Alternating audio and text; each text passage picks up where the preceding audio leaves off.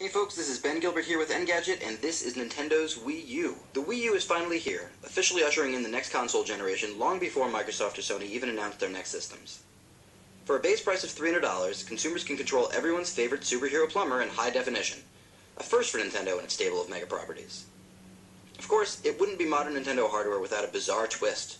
Enter the gamepad, Wii U's gargantuan piece of risky control innovation, packing a 6.2-inch resistive touchscreen, plus a stylus, and a microphone, and a tilt sensor, and a camera, and an entire controller all built into one. The gamepad's meant for more than its name implies, however. It can be used as a universal TV remote, a screen for viewing media, and an internet browser, among many other things.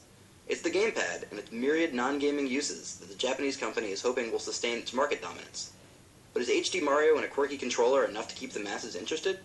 The console itself is sleek, small, and sharp. Its glossy finish sure loves fingerprints, dust, and hair, but looks great right out of the box. At just under 11 inches, it's significantly longer than its predecessor, but otherwise very similar. Rounded edges and an HDMI port distinguish the Wii U from the Wii visually, but it's the new IBM power-based multi-core processor and custom AMD Radeon HD GPU that separate the two. The white $300 version of the console comes packed with just 8 GB of internal flash storage, while the black $350 set arrives with 32. The 1.1-pound, 11-inch Wii U gamepad is, with few exceptions, the most complex game controller ever made. Sadly, it seems that all that innovation comes at a cost. Build quality on the gamepad is poor, and the controller overall feels cheap. It also seems that Nintendo sacrificed battery life for weight and ergonomics. While the deep ridge on the back of the gamepad makes game playing more comfortable, we'd happily trade some of that comfort for a battery that lasts longer than 3.5 hours. Build quality aside, actually using the gamepad is a delight. In terms of software, Nintendo hasn't made any dramatic changes to the bland, basic interface it introduced last generation.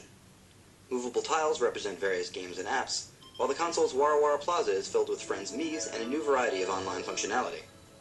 Nintendo's Miiverse builds forums around individual games for online discussion, bragging, and assistance, though they were predictably filled with lewd images from users and off-topic messages soon after going online. Nintendo promises strict moderation of this service, and we've already seen plenty, but it's hard to imagine how Nintendo will catch everything. The Miiverse is also where you'll send friend requests and track the progress of your friends across various games. As the Wii U has no console-wide trophy or achievement system, bragging rights are relegated to Miiverse posting.